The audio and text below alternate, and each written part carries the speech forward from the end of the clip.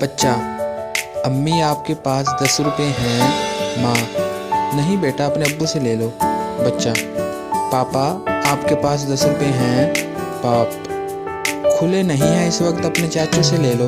बच्चा, चाचू आपके पास 10 रुपए हैं। चाचू, नहीं बेटा इस वक्त तो नहीं है, अपनी चच्ची से ले लो। बच्चा, चच्ची आपके पास 10 रुपए हैं। चच्ची, हाँ बेटा दूँ क्या? बच्चा, नहीं अपने साथ कब्र में ले जाना, जालिमों कुल्फी वाला चला गया है।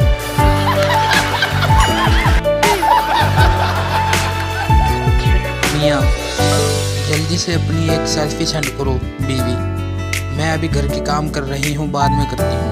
मियाँ, नहीं जान अभी सेंड करो जल्दी। बीवी, अभी नहीं।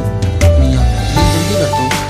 बीवी शर्माते हुए, आज मेरी इतनी याद आ रही है।